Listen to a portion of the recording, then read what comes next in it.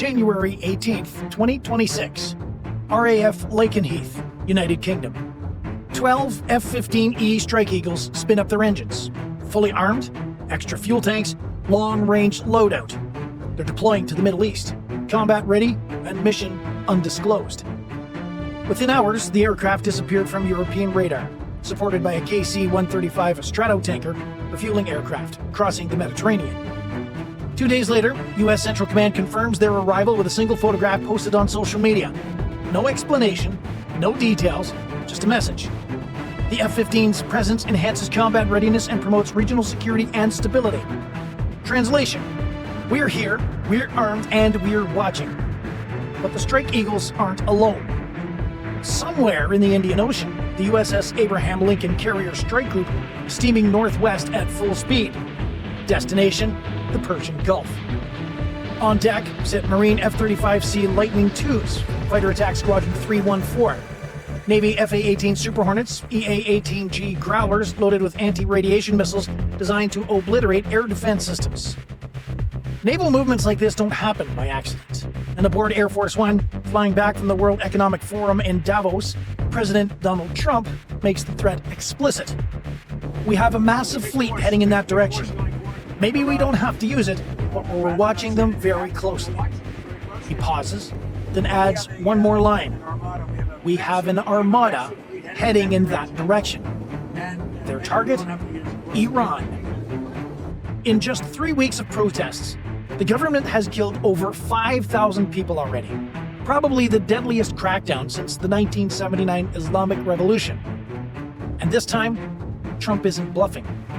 Fires rage across the country. It all ignited on December 28, 2025, when years of financial strain finally tipped the balance. The Iranian rial, which was already weak at the time, finally collapsed overnight. Traders in Tehran took to the streets, furious at inflation that had erased their savings. Within days, the protests spread across the country. It wasn't just about Tehran or other major cities anymore.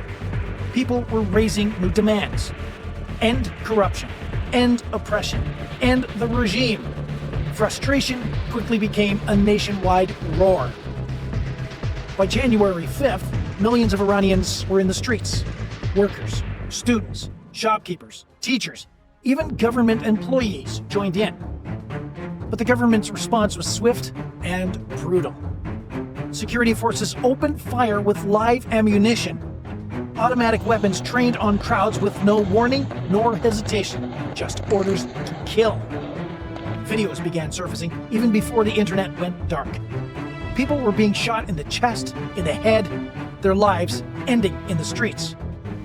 Revolutionary Guard units dragged bodies away, leaving silence in their wake. Hospitals turned away the wounded, too terrified of arrest to help. The government was clearly trying to silence the country in real time, but the horror refused to stay hidden. By January 8th, the government had made its move. They cut the country off completely. Internet access disappeared, international phone lines were blocked, and Iran became a black box. The outside world stopped seeing what was happening inside. The protests, the bloodshed, fear. It all went dark at once, leaving the world to imagine what horrors were unfolding behind the silence. But the killing didn't stop. Human rights activists' news agency, known as HRANA, by mid-January they reported over 5,000 people killed, over 26,800 arrested. That death toll exceeds every protest, every uprising, every period of unrest in Iran since 1979. The United Nations estimates the toll even higher, and the UN Human Rights Commissioner, Volker Turk, addressed an emergency session in Geneva. I call on the Iranian authorities to reconsider, to pull back, and to end their brutal repression. This is a pattern of subjugation and overwhelming force that can never address people's grievances. Iran responded with even more arrests, more executions, and a clear warning to stay out. Commander General Mohammad Pakpour's public statement left no room for doubt. The message was simple. Any interference would have consequences. However, General Ali Abdullahi al-Ebadi, who heads Iran's Joint Command Headquarters, went even further. publicly declaring that if the United States launched military strikes, all American interests in the region would be treated as legitimate targets. And the threat was real. The United States maintains thousands of personnel across the Middle East. Al Udeid Air Base in Qatar alone hosts more than 10,000 troops and functions as the forward headquarters of U.S. Central Command, making it one of the most critical American installations in the region. That attack came after U.S. and Israeli forces struck Iranian nuclear facilities in a 12-day conflict that ended with American B-2 Spirit bombers dropping bunker-busting munitions on enrichment sites deep underground.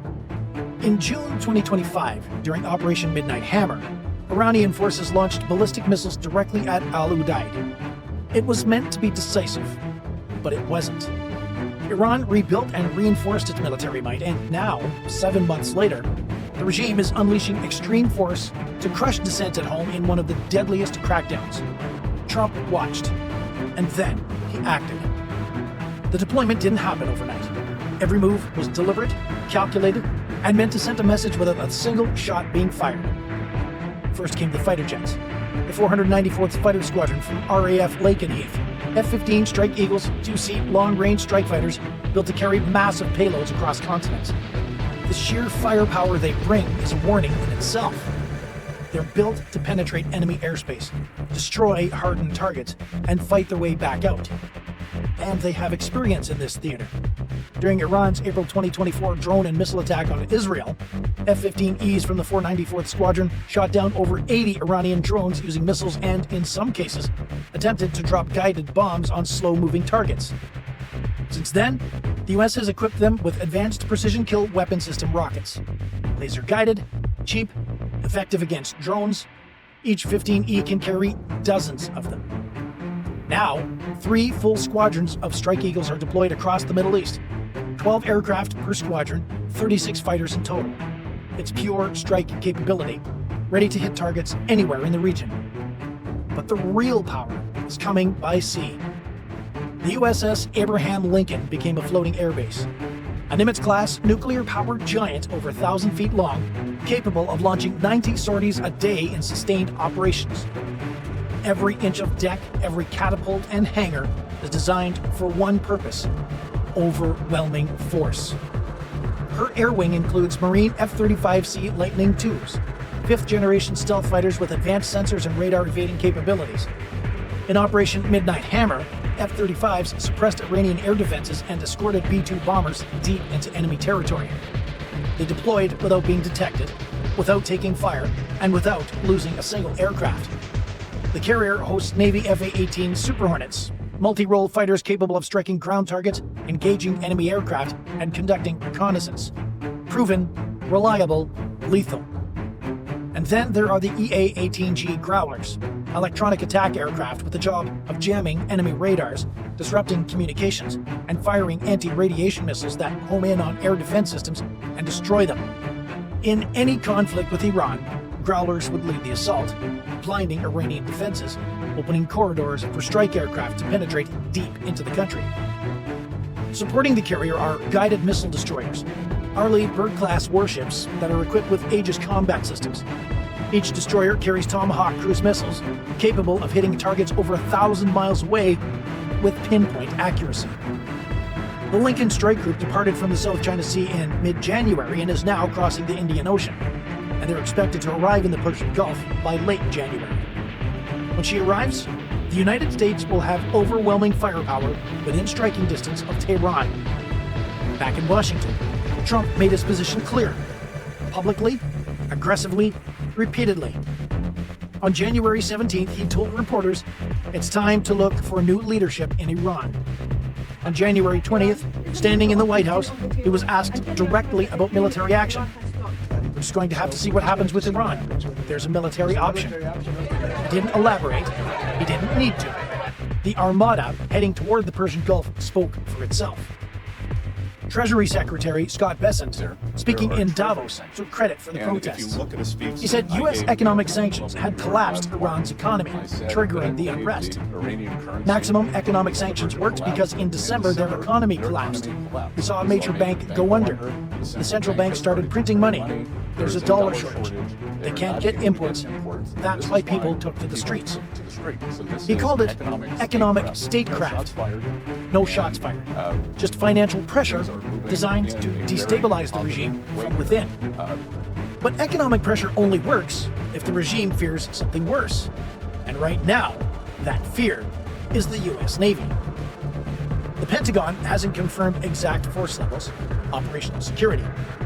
3 F-15E squadrons, at least 36 strike fighters, a full carrier strike group with more than 60 aircraft, and multiple destroyers armed with Tomahawk missiles.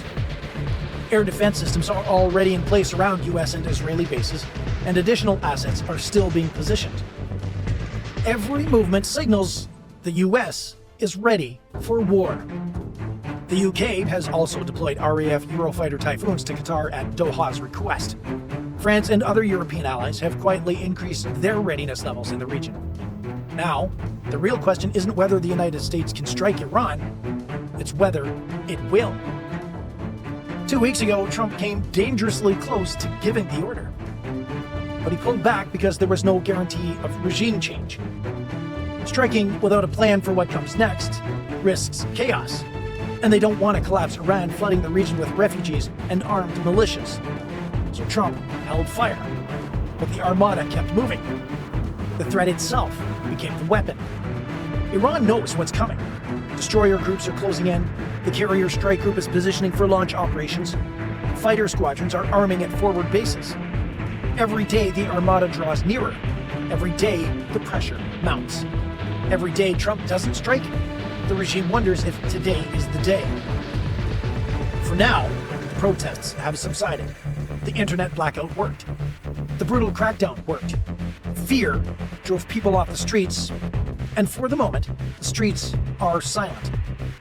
But the conditions that sparked the protests haven't changed. The economy is still collapsing, inflation is still raging, and the Iranian people haven't forgotten. Funerals for the dead continue, drawing thousands of mourners into the streets. Even in grief, voices rise in unison. Death to the dictator. As of late January 2026, the USS Abraham Lincoln is in the Arabian Sea. F-15E squadrons are operating from bases in the Gulf. Air defense systems are online. Tomahawk-equipped destroyers are on station. Everything is in place. So the Armada waits, positioned, armed, ready, watching Iran, waiting for the order that could change everything. So here's the question. If you were the president and faced with 5,000 dead protesters, a collapsing economy, and a regime that shows no signs of backing down, what would you do? Launch airstrikes and risk regional chaos? Continue sanctions and hope the regime collapses from within?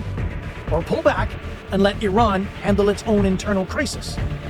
Drop your answer in the comments. I want to hear your take. If you made it this far, hit like and subscribe for more real stories about global security and naval power. This isn't speculation. This is happening right now. And if you want to support the channel directly, join the fleet. You'll get loyalty badges, priority replies, and help us bring more stories like this to the surface. Click join on our channel page and get on board. Thanks for watching. The situation is fluid, the stakes are high, and the world is watching. I'll see you in the next one.